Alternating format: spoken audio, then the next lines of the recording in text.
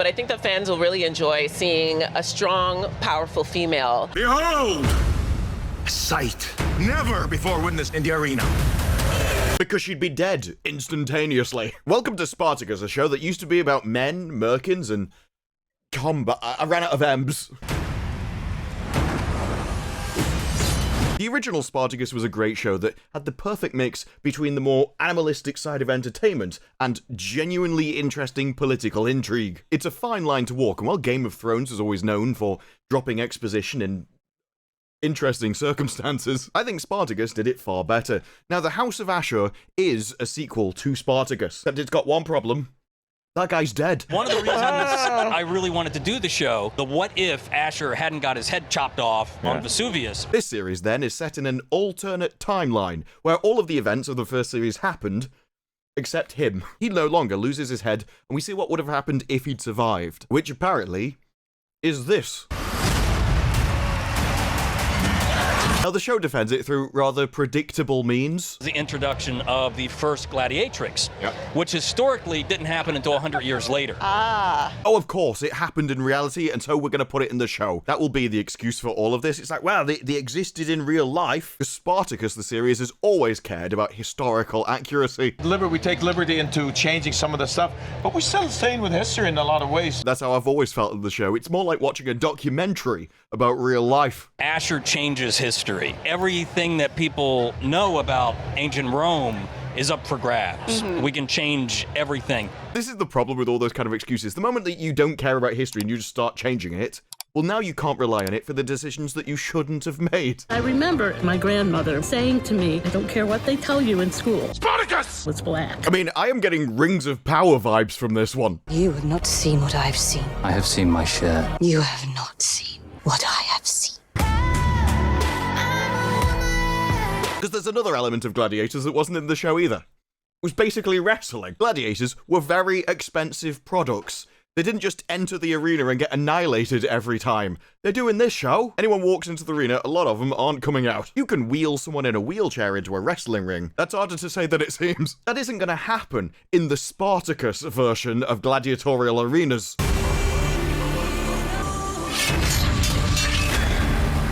The moment your life comes into the equation and it's you or them, you're not sticking to any pre-planned scripts. It's going to be the best man wins. Sure, in real life they can introduce one and they could script it so, oh, she stands a chance. But in the show, I'm going to have this alongside a nice helping of the message. And that is definitely here. They will never welcome a woman as one of their own.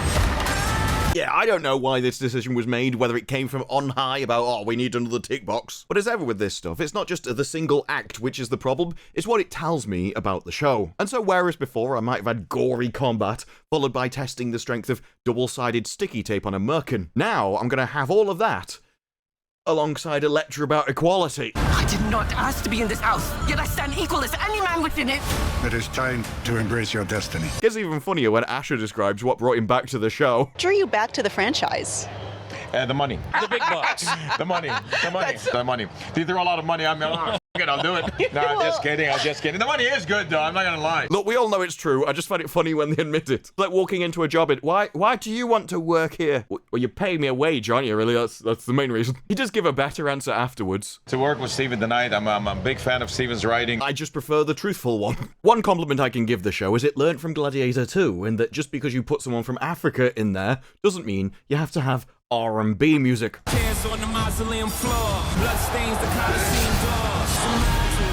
Get the hell about your seats. Even if they did have them standing as if they're in a music video. Despite my misgivings of the trailer, though, the audience's reaction was with glee.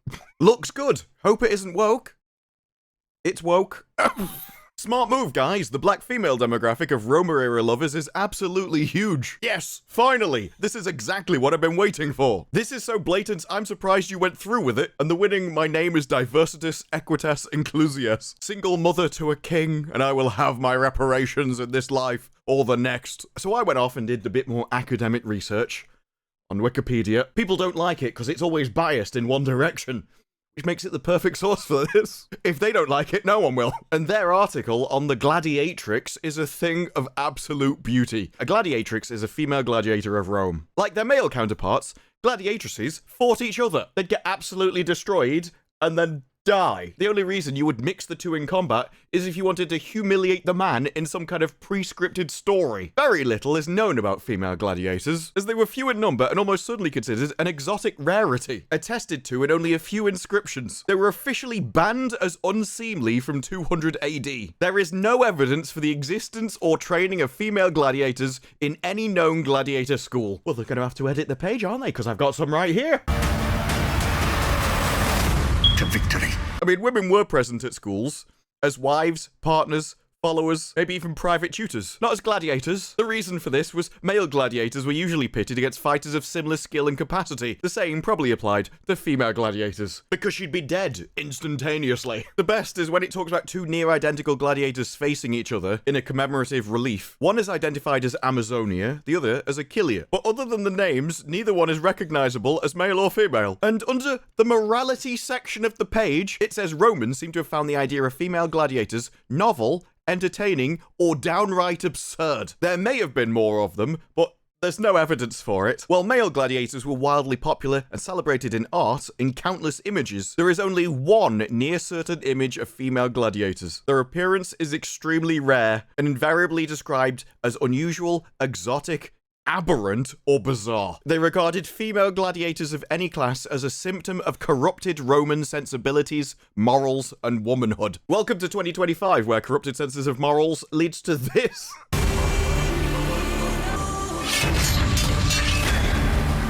But no, this is the progressive moral future. Meanwhile, even in ancient times, like, no, you can't do that. That's wrong. It's not to be celebrated. Although the cast have a different take on why they didn't like it. It wasn't about morals.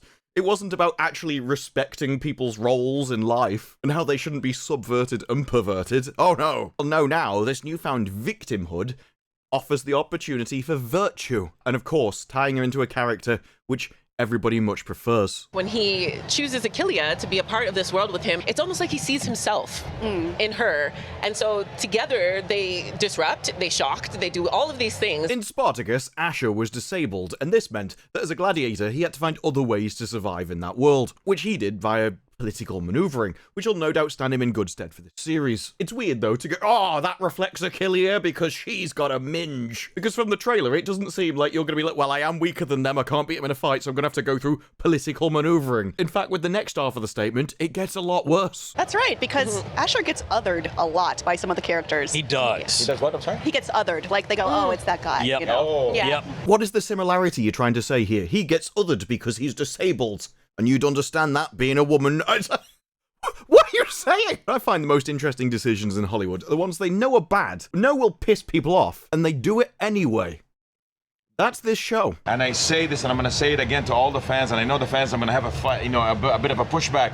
It's even better than the original series. This guy knows he's been PR trained that he is going to get pushback. And I know the fans, I'm going to have a fight, a bit of a pushback. And he's trying to fend them off, to which, to be fair, he does do to the best of his ability. But we will forever have the question, if you know the fans are not going to like what you're doing, why are you doing it? Your only job was to give them what they wanted, and you're like, well, we can add this in because our paymasters really want us to tick that box, but, well, it's going to piss off all of our paying customers. This is the most unforced error you ever could have possibly have done, and the rest of the trailer looks decent. They just couldn't help themselves, though, could they? Because there is things to like from the trailer. If we assume the choreography is just as good, you've got all the gore, and they're finally bringing back eye candy to a TV series. They've also clearly thought about the previous series and some of the strengths and advantages, about how the series went a bit more action, but one of its strengths was the political intrigue element and the balance that they had at the start of the series, which they wanted to get back to in the House of Ashur. And it was, towards the end, I felt like we went a little more action than we were drama.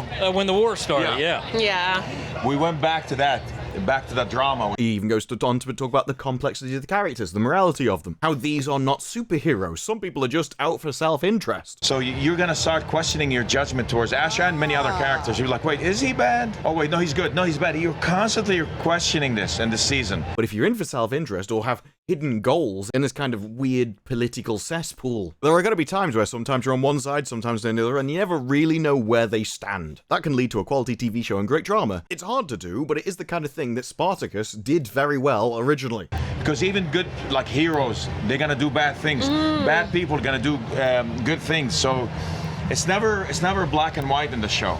Of course, the interviewer doesn't quite get it. Very relative morality. No, it's more people driven by goals in a situation they're essentially trapped within. In the situation like you're trapped in the show, you're just doing your best you can in the situation. And in that case, morality becomes a bit of a luxury belief. You're not there to be good. You're there to achieve what you want. And different people will draw different lines as to what that's worth and what that's worth doing. That goal could even be as simple as trying to stay alive for as long as possible. But even that, in a world like this, could lead you to do some horrific things. Life, nobody's like perfect. There's no such thing unless you're Superman. Well, what I'm hoping for from his statements, though, is it means that they are actually looking at the ideas behind things, the concepts. There'll be themes that might be looked at through the characters. What is your life worth? How far would you go to save somebody you cared about? What would be the moral thing to do if they took away someone you cared about? Another thing, by the way, for Ashur, there's a softer side you're going to see for Ashur this season. That's right, we introduce strong, independent, diverse main character, and then turn Ashur into a bitch. No doubt we'll get to see him cry and whine about his feelings all the time.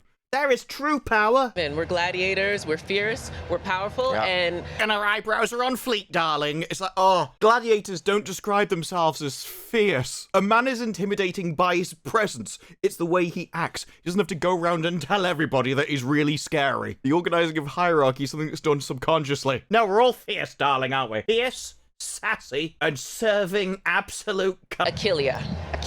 Even this name, this beautiful name that's given to her, it's strong, it's fierce, it's powerful. It's stolen.